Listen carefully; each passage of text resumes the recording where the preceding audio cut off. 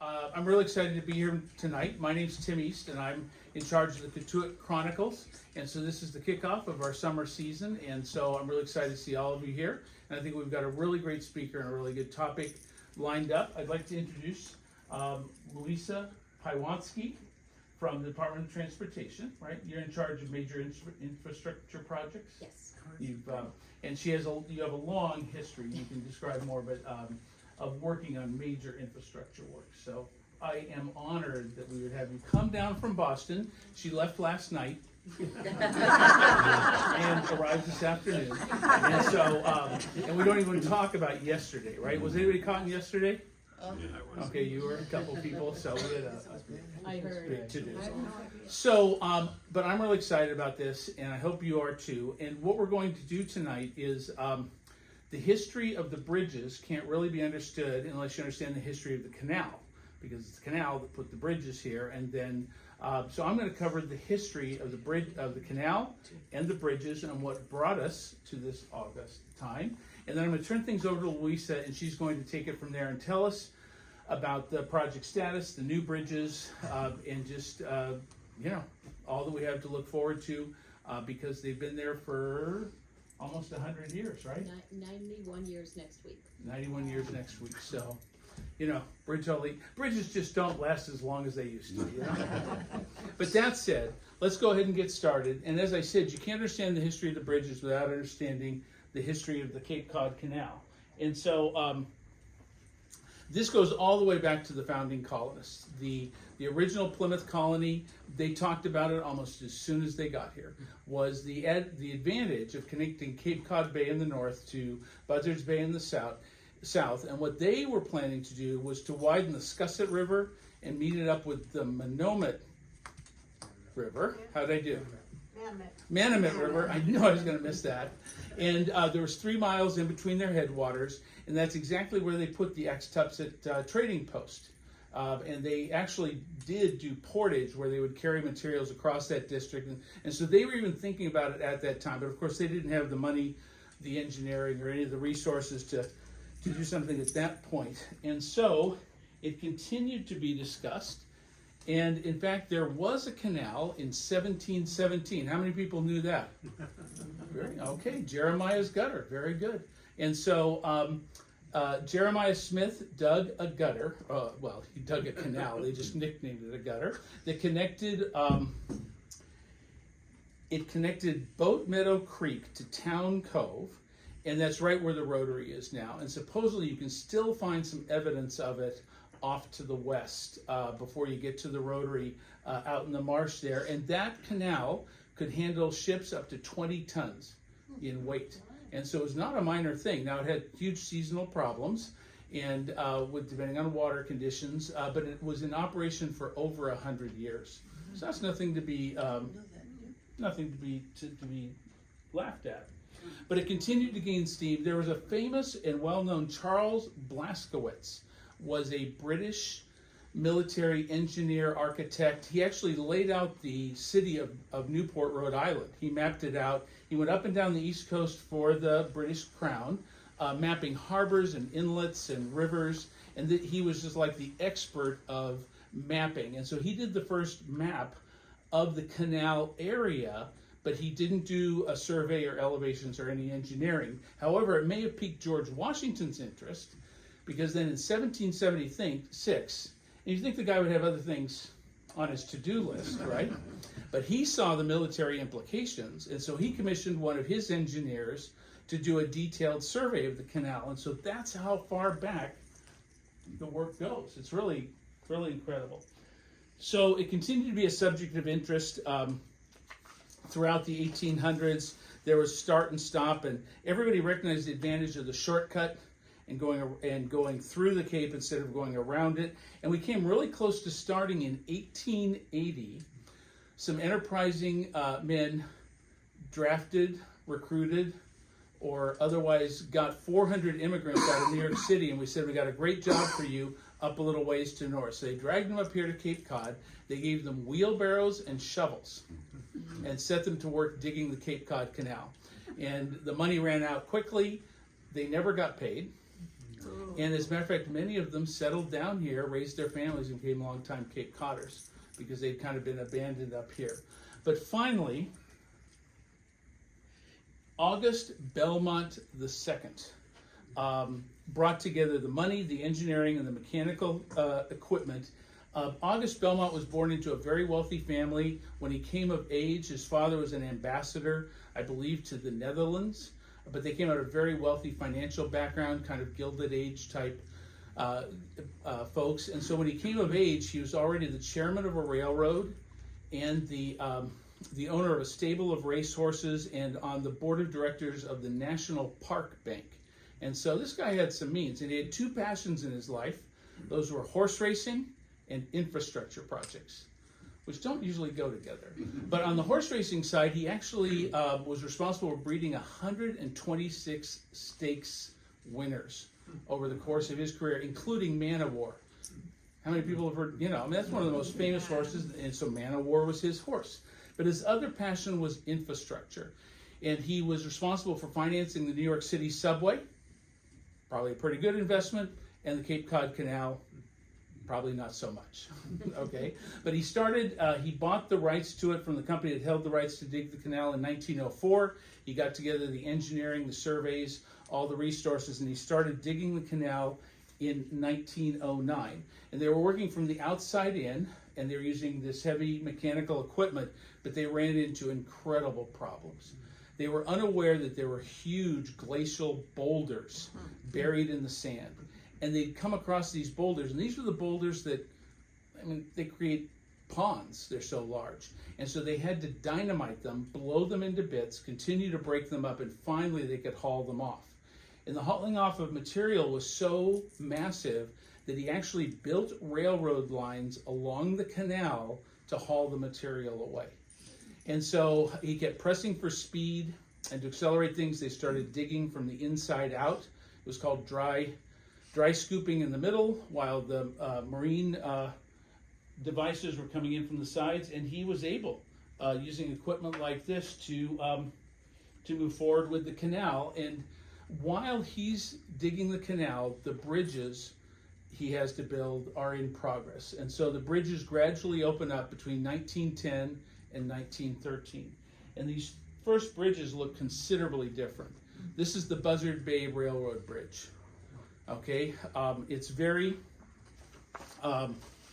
it's completed in September of 1910. It's called a bascule bridge because it raises and pivots on that one little pillar right there, and you can see that opening is incredibly narrow. It probably was not rational that seagoing ships would be able to regularly conduct commerce through that, but that was the Buzzards Bay Bridge. Railroad Bridge, and this is the first Bourne Bridge that opened in 1911, and that drawbridge opening there is just about 140 feet. And if you pull back a little bit, you can see how small the opening is for the ships to navigate while they go through that bridge and that across Bourne there. So that one opened in 1911, and then the Sagamore Bridge, and this was very, very similar drawbridge, and that opened in Sagamore Bridge, I think that was 1913. And so the bridges were all in place, but as you can see, they're considerably undersized, and they were ready when the canal opened in 1914. So the canal opens in 1914, and the shippers do not like using it. The currents are incredibly strong. They're constantly battling strong tidal currents. And every time they come up to one of the three bridges, they have to wait for the bridge to be raised, and they have to fight these currents the whole time. So it was much too narrow to be safe. So they didn't like using it. And in fact, during the war that shortly followed, they actually had U-boats waiting on each side, and some ships were attacked. I think one ship was sunk, but it didn't give you much room to maneuver, because you're in a very narrow spot, and so it wasn't well designed for defense. And so the government recognized the issue to both shipping and commerce as well as the national defense. So they just took the canal over in 1920, and I think August Belmont was fine to be done with it because he never made any money on it. And the U.S. Army Corps of Engineers finally took it over in 1928, paying $11.5 million for our canal. So there's the first three bridges. Not very beautiful, were they? And there's the canal. So the U.S. Army Corps of Engineers gets to work right away. They start widening the canal, defining the edges, making it much more straight and navigable, and they start working on bridge design right away. And with the Depression, now you have, again, resources, engineer, talent, and money all coming together, and that's the birth of the bridges. And this was passed in a massive infrastructure bill by Congress. It wasn't highly debated because they only had two imperatives: get it started and get people working. And indeed, as soon as they started, they employed over 700 highly skilled trade workers as well as regular laborers on the building of the canal bridges. So they got going, and their budget was $6.1 million, which is about $150 million in today's money. These are the abutments going up. I'm a former safety engineer. There's some considerable OSHA problems with those ladders. Okay, things like this make me very nervous. But and here's the Sagamore Bridge. I don't think you're going to use this technique of mounting cranes on the bridges. And so there's the Sagamore Bridge coming together, but it is a beautiful improvement, isn't it?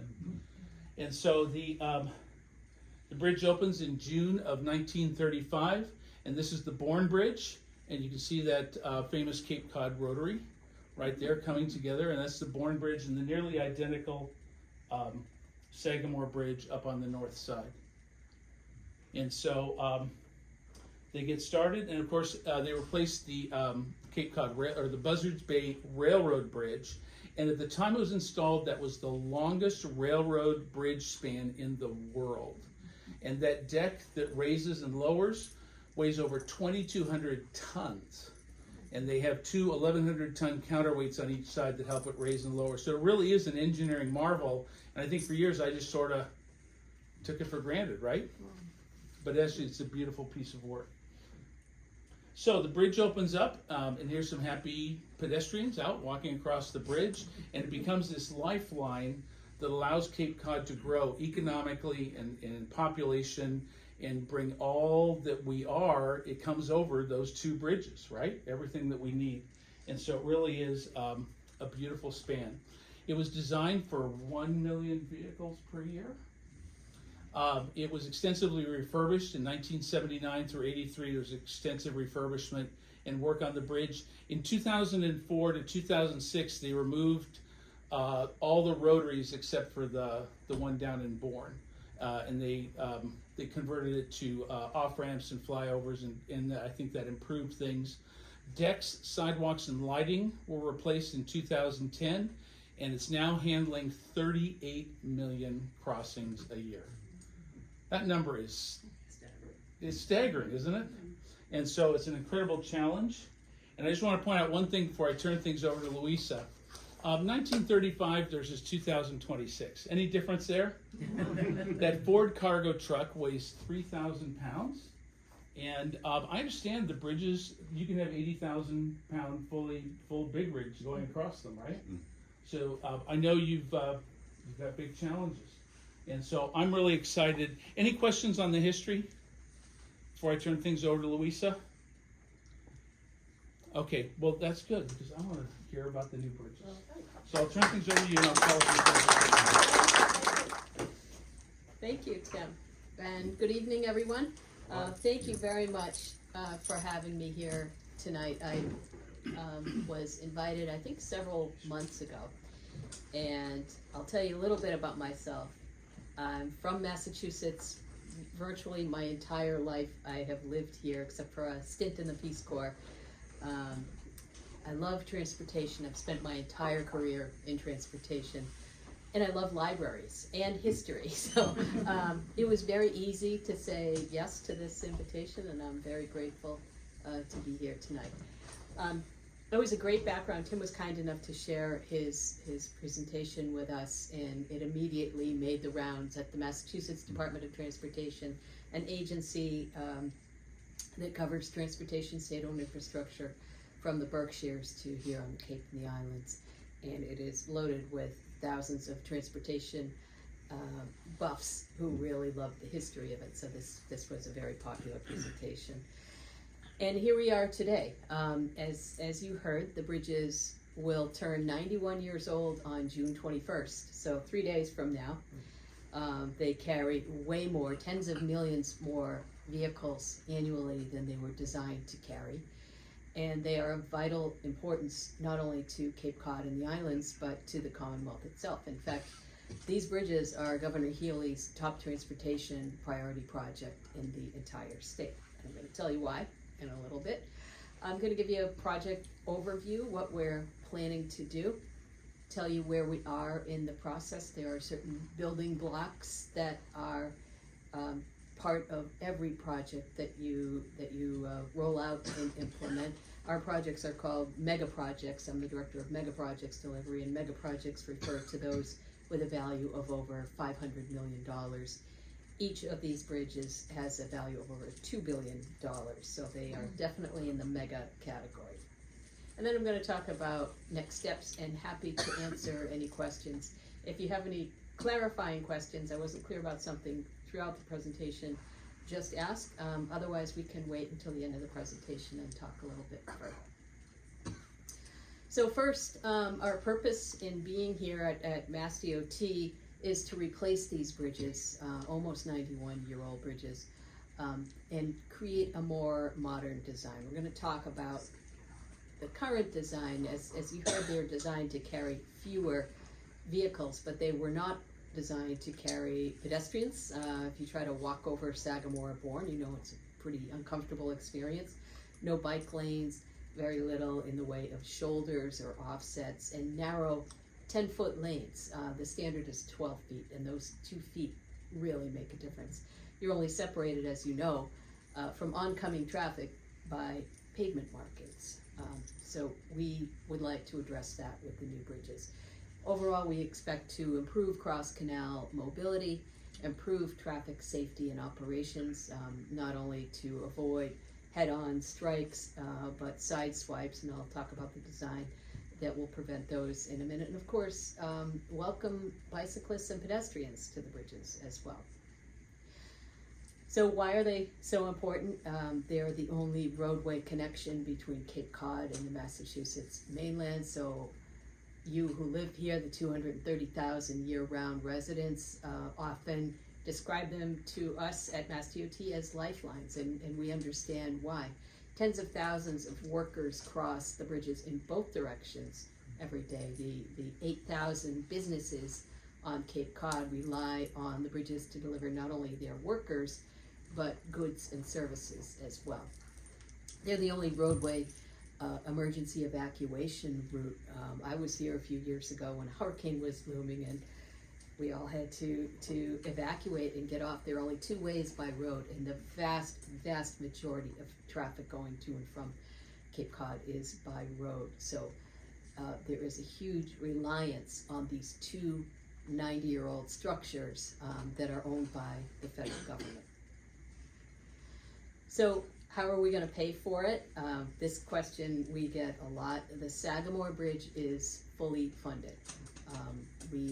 Because it is a federally owned structure, we immediately knocked on the federal government's door a few years ago and said, hey, we'll make you a deal. The governor has committed $700 million in state funds. You see $429 million here for the construction, but also another nearly $300 million to help relocate the huge gas lines that are on each bridge so that they can get out of the way and let us build new bridges. So the federal government has given us a mega grant of $372 million, a bridge investment program grant of $993 million. The U.S. Army Corps of Engineers, which owns and operates and maintains the bridges, has kicked in $350 million. So that is our pool of funds for the current Sagamore Bridge. We do not have funding yet for Bourne Bridge. We think it is equally important to replace Bourne. So as we are moving those building blocks that I mentioned, the design, the permitting, the environmental process, we're doing it for both bridges, so that when our funding ship comes in, so to speak, we will be ready to get into procurement and construction. So we're considering Sagamore and Bourne as the Cape Cod Bridges program, and we are pushing them both forward at the same time. The only activity that we are not doing on the Bourne Bridge is using eminent domain to acquire privately owned property. We won't do that until we have the funding to replace the bridge. And I will say, you may have heard in the news that we took by eminent domain 13 residential homes, dozens of strip takings, we took some empty commercial property, all to make way for this massive new replacement bridge. The eminent domain usage will be far, far less on the Bourne Bridge. Even though it's a bigger bridge than Sagamore, it requires less acquisition of private property, which we're glad to say. This is what you heard about the flyover that was built in 2006. I was a up and coming young planner at the time at MassDOT when then Governor Romney announced that he was going to build a Sagamore flyover. That did get done. Rather than have you interpret design plans, I will just say that when we are designing the new bridges, we're paying a lot of attention to the interchanges, because one thing that we see ourselves and we hear over and over again from Cape Codders is that it's very difficult in the summertime, if you live here, to avoid getting caught up in these huge regional traffic volumes. Even if you just want to go to the grocery store or the dry cleaners, you get stuck. And so one of the goals of our project is to address the interchanges, these ramps systems connecting to the local roadway system, so that we are doing a better job of separating local traffic movements from regional traffic movements, so that you can go to the store much more quickly and efficiently than you can do it right now. And the bridges will be designed so that these regional volumes can move over the bridges more quickly as well. Same on the Bourne side. No more rotary, and we'll get into that in a little bit later. One of the biggest building blocks of project development, which is the process we use to prepare the bridges for construction, is environmental. That would be true anywhere. Massachusetts has fairly stringent environmental regulations and requirements statewide, as does the federal government. But it's especially true here on Cape Cod, where there are so many historic, cultural, archaeological, and natural resources to protect, that we had to do a years-long process making sure that we understood our impacts, we were documenting our impacts, and we were doing everything we could to mitigate our impacts. So the MEPA process, as you may know, is the Massachusetts Environmental Policy Act. We put together a document about this thick, documenting all the impacts I just described in the categories. We completed that process this spring. The Secretary of Energy and Environmental Affairs gave us a certificate certifying that we had completed the MEPA review. That accomplished, we are now busily applying for local and state permits that flow from that major environmental approval. At the same time, we are working on the National Environmental Policy Act process, the federal document. We are close to the finish line on that. We expect by the end of this month we will get the equivalent of that certificate I just described. It's called a ROD, or a Record of Decision, from the federal government, and it will be published in the Federal Register in July. So then we will busily apply for all the federal permits that we need flowing from that decision. I'll just note right here, and it gets to the complexity of delivering projects. We initially planned to file a combined MEPA and NEPA document, because the federal and state policies regarding environmental protection and all that went with it were so closely aligned. Then the election of 2024 happened, and all of a sudden they were not so closely aligned. So we had to spend a little bit of time pulling apart our combined environmental document and filing separately. Now, 99+% of the document contents are identical, but there are certain areas where the federal and state government policies diverge, and we had to account for that in our environmental documents. This will give you a sense of how busy we have been and how busy we'll be this summer. Rather than go through them one by one, I will just say that we interact with dozens of federal, state, and local partners. While MassDOT is the lead on this project, our project partners are the Corps of Engineers, of course, the owners of the bridge, and the USDOT's Federal Highway Administration. Tonight we have staff meeting with the Bourne Conservation Commission. We're also working at the federal level, the Environmental Protection Agency, the Massachusetts Historical Commission. We just are about to receive our Section 106 finding from the State Historic Preservation Officer. So lots and lots of work. And it's all worth it to us because as massive as these two new bridges will be, they have a relatively light footprint and impact on archaeological, historical, cultural, recreational, and natural resources. And it's because a lot of work went into this over years. Now, if you're going over the Sagamore Bridge these days, you might notice two supersized cranes, one on either end. And on the north side, on the mainland side, you might see some steel piles sticking out of the ground. And those are called foundation load tests. One thing we say a lot in the State Transportation Building and hear about here on Cape Cod is, what are you doing to control costs and schedule?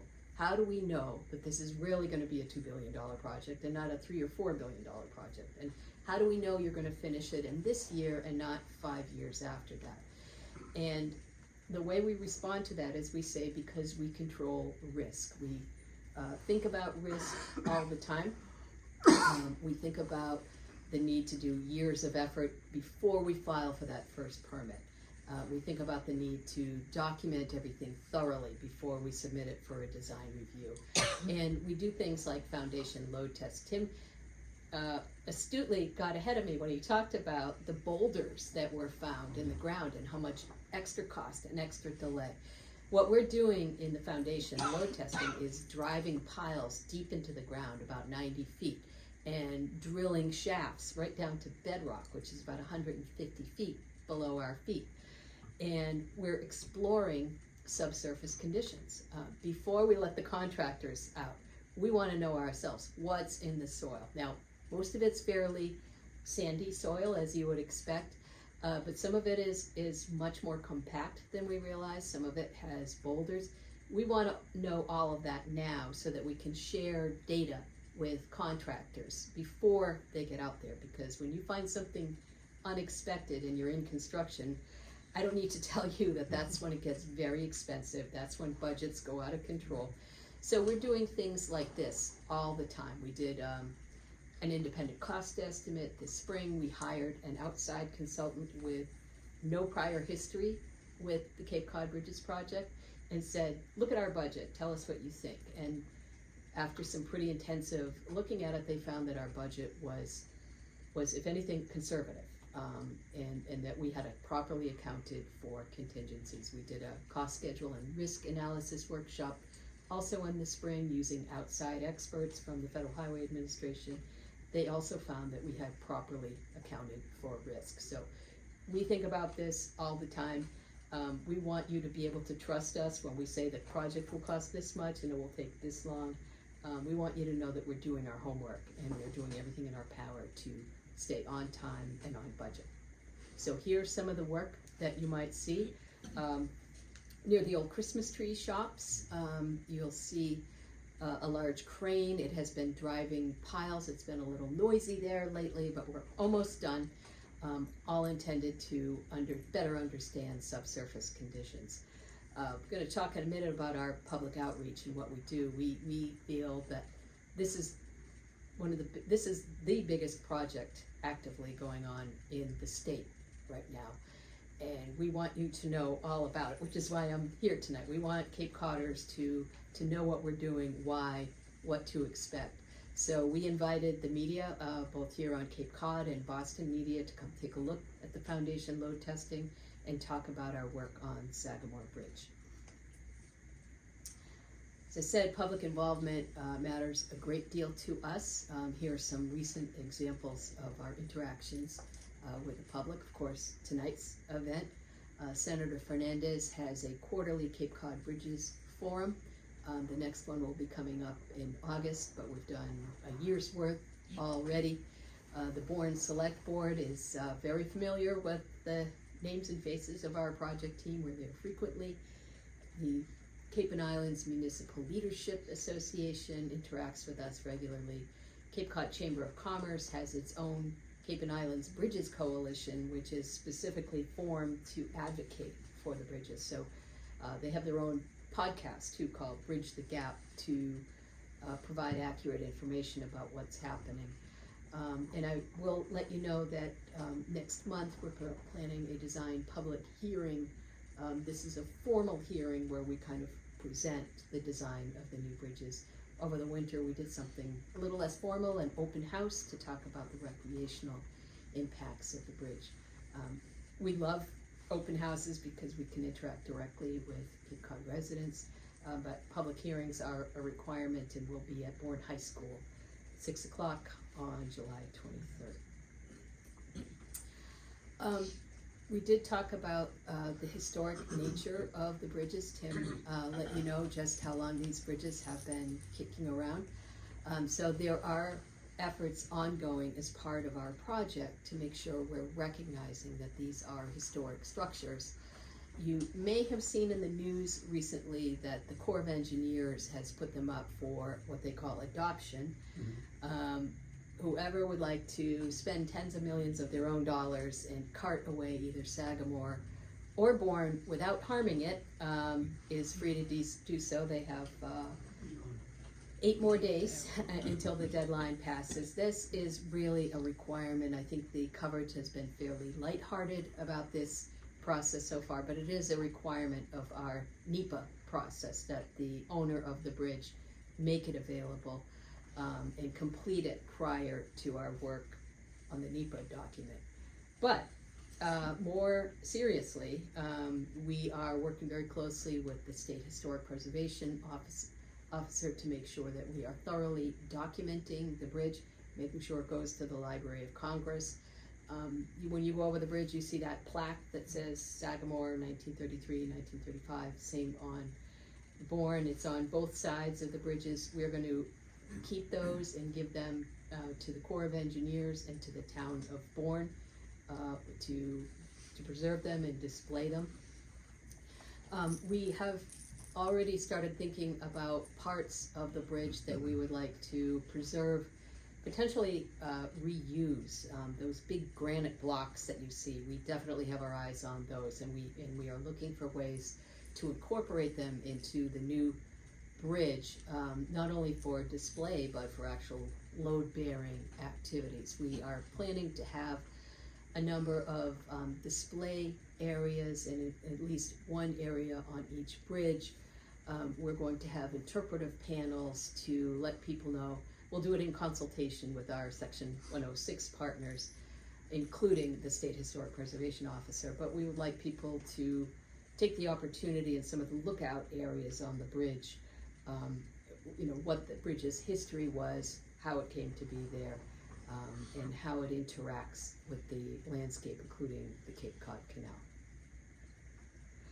I should also mention that this bridge design itself came from people of Cape Cod. We did a sort of a presentation of various bridge types, including one that looks a little bit like the Zakim Bridge, the cable stay bridge that is a sort of feature of the Boston skyline. We showed them basic bridges, we showed them truss bridges, and what people really wanted was this. They wanted a bridge that would evoke the history of the bridges here and evoke that central arch spanning the Cape Cod Canal. So we are doing that. What you will see with the new bridges will be 2 bridges each. We will have one connecting the mainland to Cape Cod and one 10 feet away from it, connecting Cape Cod to the mainland. So this looks like a single bridge, but if you look under it, you'll see it's actually twin spans. The reason we're doing that, many reasons, but one reason is that it enables us to move traffic off the existing Sagamore Bridge much sooner and get it on to the southbound span, which will be the first one to be completed.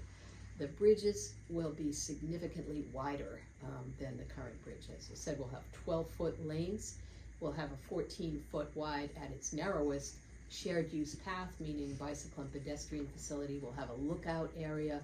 The shared use path will be on the west side of the bridge connected to it. The lookout area will be attached to it with some interpretive panels so people can stop and take in the beauty of the Cape Cod Canal. You'll see this sort of delta framing, that triangle on the piers will be replicated throughout. We have a bridge architecture firm helping us to make the bridge look as beautiful as possible. And we are also working on a landscaping design plan in addition to the historic preservation and the bicycle pedestrian use. As I mentioned, the interchanges will make traffic flow much more smoothly through the area. But as you can see here on the canal, we are building, as part of this project, 9 miles of bicycle and pedestrian facilities so that it is truly a multimodal facility connecting Sagamore and Bourne bridges. So we have lots to do this summer. We will continue to advance the procurement. We have already begun the process of a competitive procurement of a design-build contractor. We expect to issue the contract for construction of New Sagamore Bridge in late 2027, so the fall of a little over a year. We will be announcing that we've issued what's called a notice to proceed, which tells the contractor, get going. And when that happens, it's likely that they'll spend the winter bringing in cranes and equipment. There was a question or mention earlier about cranes not being on top of the bridge. They certainly will not be on top of the bridge. They will be on land, and they will be enormous. They will have booms up to 200 feet long, so they're going to have to be laid down on the canal and assembled. And the reason is so that they can reach to put up the arches. One glorious day in the early 2030s, you will see a barge floating down the Cape Cod Canal, and it will have this center arch, carrying this center arch. And then one of these giant cranes will pick it and place it down. We're going to need a little more time to attach everything, but we are very focused on accelerated bridge construction. We want to get it open to you as soon as possible, so we'll open the southbound span first. It's so much wider because it will have full lanes and auxiliary merging lanes. I mentioned earlier that there are lots of sideswipe crashes on the bridges.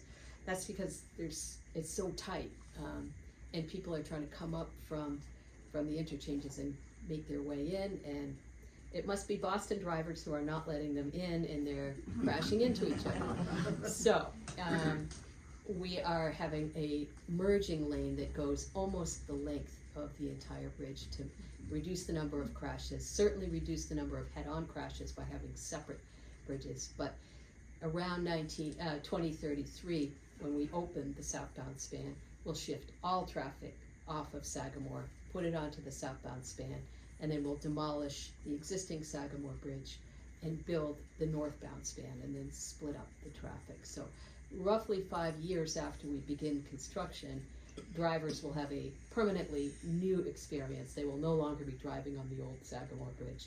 They will be driving on both sides of the new span until we can build the other span, but we're very much looking forward to that. In the meantime, we need to complete the procurement process. Right now we're inviting contractors and designers to demonstrate to us that they're qualified to build a massive bridge such as Sagamore. We will be scrutinizing their qualifications, their experience, their work history, their references, their personnel, their equipment, their financial capacity all summer. And at the end of the summer, we will invite 3 to 5 teams to issue final proposals to us. And there will be a lot of back and forth with them. Over the winter, we'll be challenging them to show us how they can build the bridge faster, and keep this beautiful design.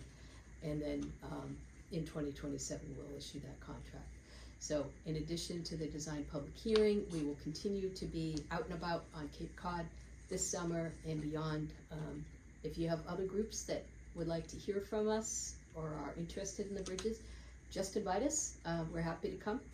And we will continue working on the foundation load tests, doing borings. You'll see drillers in and around the area, all about exploring subsurface conditions. You'll see survey crews.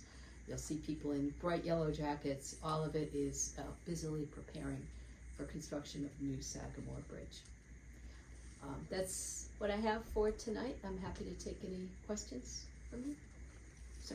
You talked about relocating gas. Will gas and telecommunications go on these spans or underneath the canal now, or what's? Yeah, it's a very cool thing that's going to happen. There are big gas lines on each structure right now, and so when the governor was trying to entice the federal government into giving us grants, she committed to helping pay for the utility relocation, contributing to the construction of new Sagamore Bridge, and I forgot to mention committing that the Commonwealth would own the bridges once completed. So some big commitments. It worked. We did get those big federal grants. But what will happen is that Enbridge, which is providing the gas on these lines, will take them down, combine them, the ones on Bourne and Sagamore, into one massive pipe and use directional drilling to put them under the canal. That works for a lot of reasons. We prefer not to have gas lines hanging off our bridges. They're security sensitive structures, so it works better to have them run under the canal. Telecommunications also? I'm not sure about telecommunications. Those massive gas lines are all going under the canal. We're working very closely with all of the utilities in the area, because utilities can have an impact on construction schedules. So we're telling them, get moving now before we have our big cranes out there. Are the bridges gonna continue to be free, or are they gonna be tolled? The governor's been very clear, no tolls on the new bridges. And so whatever she says, I'm saying, right? I'm not a dummy, but she's been asked that and said we're not having tolls on either bridge. So the new design for the Sagamore Bridge looks a lot like the Merrimack River Bridge up in the Amesbury, Salisbury. Are you talking about the Whittier Bridge? I think so. Yes. So is that an accurate description or depiction of what this new bridge is going to look like? And were you around when that was done in, I guess, the last 15, 20 years? Yeah. Yep. And what were the learnings from that bridge replacement, which I think is a two-span bridge, Mm-hmm. that replaced, I think, a single bridge? Yes. Much like the Sagamore. What were the learnings from that can be applied to this project? What a great question, and I know there was another question too, so I'll try to be crisp. Yes, sharp eyes, that is exactly the type of design it is. It's called the Network Tide Arch Bridge. One difference from the existing Sagamore is that the piers will not be in the water. We all know the tragic incident with the Francis Scott Key Bridge. The ship struck piers that were in the water. That would not be able to happen with the Sagamore or new Sagamore and new Bourne Bridge. Some of the things we learned, I was commissioner of the Massachusetts Highway Department when we built that bridge, or when we were launching that bridge. One of the things that we learned that we applied here was to start the right-of-way process early. And we did not start early then. It took some time. It's a very sensitive, complex process. So when Cape Cod Bridges came around, we, more than a year ago, asked the Federal Highway Administration for permission to start a year early. So we started in March of 2025. We have completed takings of 12 of the 13 residential properties. Another thing we learned and applied was how to do design build better. Design build procurement skips a step. Instead of design bid build, we go design to build. Our agency is far better at that than we were way back when, and we did design bid build back then, so we will have a quicker process. The one difference, even though the designs are identical, is that they're not quite symmetrical on the Whittier Bridge, and they will be symmetrical on the Cape Cod Bridge, with the exception of the connected shared use path. But thank you for that question. Thank you. Are there any concerns about the safety of the bridges currently, but until these are built, given that they're carrying so much heavier loads and so many more cars? I will say that the U.S. Army Corps of Engineers does a really good job of keeping those bridges up. I was just on the canal a couple of weeks ago, and our structural engineers were admiring the work of the U.S. Army Corps of Engineers. Our concern is not their structural condition, but they do need, at almost 91, they need to be constantly maintained, and unexpected things joints can pop out. And because they're so narrow, even a minor repair gums up traffic because they have to close a lane. With the new Sagamore Bridge much wider, there's much more capacity, and you can do work on the bridges without interfering with traffic. Okay. Sir? You mentioned capacity. What will the capacity be of these bridges once they're completed? We'll have two 12-foot lanes and one 12-foot auxiliary lane in each direction. So we're going from 40 feet curb to curb to 54 feet curb to curb each span. So we'll have 108 feet of width where we currently have 40 feet of width. So much more elbow room. We're not saying traffic is going to go away. We're just going to say it's going to be a much more efficient crossing, and we're very focused on making travel a little bit better for Cape Codders trying to make local traffic movements. You answered it. Okay, good. Is back to that, kind of that question, is the goal to get more traffic on and through the bridge? Because once you get to Cape Cod, the roads are crap. I mean, they've been the same 2 lanes. 6 has died at exit 9. We came here in 59, and it was gonna be 10 years, and it was gonna go, and it's still, Route 6? Route 6 is still one way. Yeah, I remember having a fixed Route 6 bumper sticker when I was commissioner about 15 years ago. One thing that we found, we've done a lot of traffic studies and traffic modeling, is one concern that people had was that if we make the bridges function better, traffic volumes are gonna go way up, and then where do you put them? Where do you put them on Route 6? And 28 is just 28.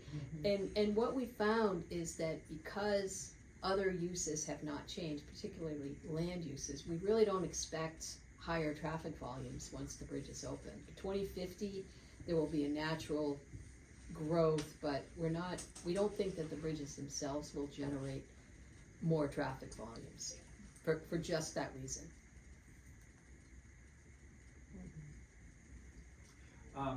Pedestrian and bike lanes. Correct me if I'm wrong, have I read that they will only show up on the northbound new span and not on the southbound Correct. new span? Correct. And how will they be separated from the traffic? Will they be elevated? Will they be Jersey barriered in a way, or how will that? There will done to be your knowledge? barrier, they'll be connected to the bridge, and they'll be on the west side of the bridge. But there will be barriers protecting them from ongoing traffic. We'll also have a sort of steel netting to prevent people from going over that is see-through. You can get a beautiful view of the canal, but it's almost impossible to climb and get over because of it's like steel netting that is flexible. So when is it gonna be completely done? Okay, we expect, we have a fairly conservative plan right now. I'll just tell you for a second what goes into our construction scheduling. We are planning for 1 snow day a week between December and January, and 2 snow days a week between end of January and beginning of March.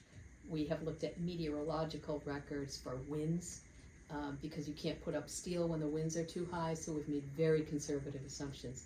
So on the current schedule, it will take about 8 years to build both spans. However, we will be moving traffic after 5 years, and when we did the cost schedule and risk analysis, the Federal Highway Administration found we were being a little bit conservative, and we said it's because we don't want to let people down and have it seem to go late. That said, our base technical concept will be about 8 years. That's our current estimate.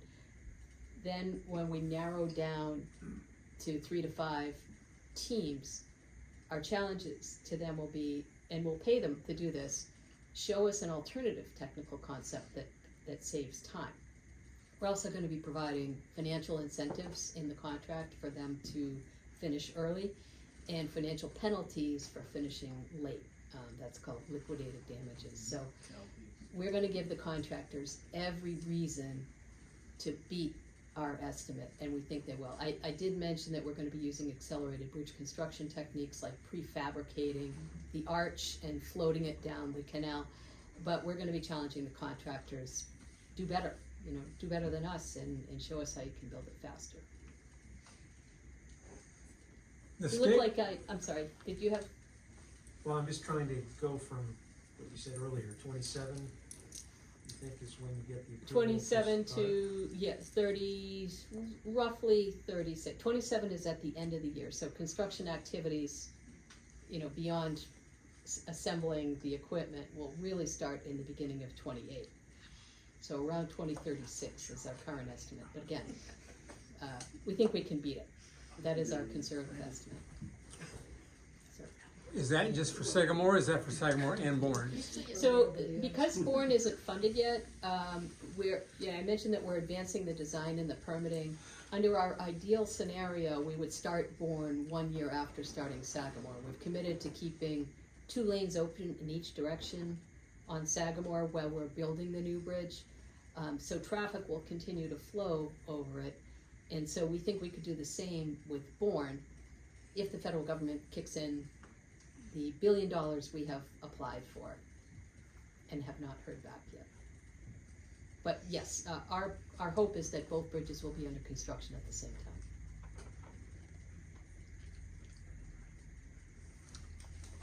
You're talking about maybe 5 contractors you're gonna deal with to put in quotes. Where are they from? I mean, who can build these kind of bridges? I mean, it's not the local guy here.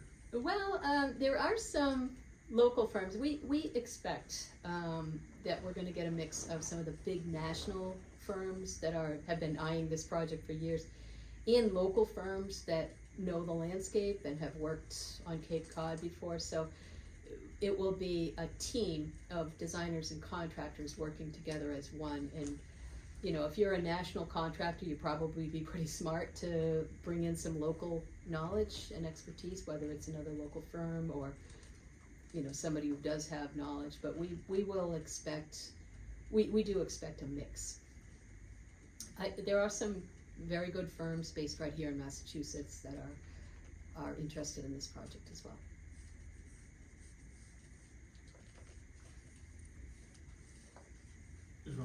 Okay, sorry. No? So, the northbound span can only begin construction once the existing Sagamore Bridge is demolished. Is that correct? Yes, Okay, because it's so- in the way. So if that's true, then that means that at some point and for some period of time, the only bridge that will exist to carry both northbound and southbound traffic will be the southbound span, Correct. which is only 3 lanes wide. Well, it will be 3 lanes wide. It's 54 feet curb to curb, whereas curb to curb on the existing bridge is 40 feet wide. So even one span of the new structure will be wider than the entirety of existing. So there's enough room to stripe it so that you can fit 2 and 2. northbound, 2 southbound lanes. Okay. Thank you. You're welcome. But that won't be the case while the existing bridge is still there, because what will happen is so when the new span is complete, then they absolutely begin demolition of the existing. We will very likely be moving 1 lane over at a time over a course of several months. And we have to reconstruct all of the interchanges too, so everything needs to connect. Wow, It's a very complicated, it's gonna be an 11-phase construction job. thank you. Any more questions? Anything else? Anyway, let's go.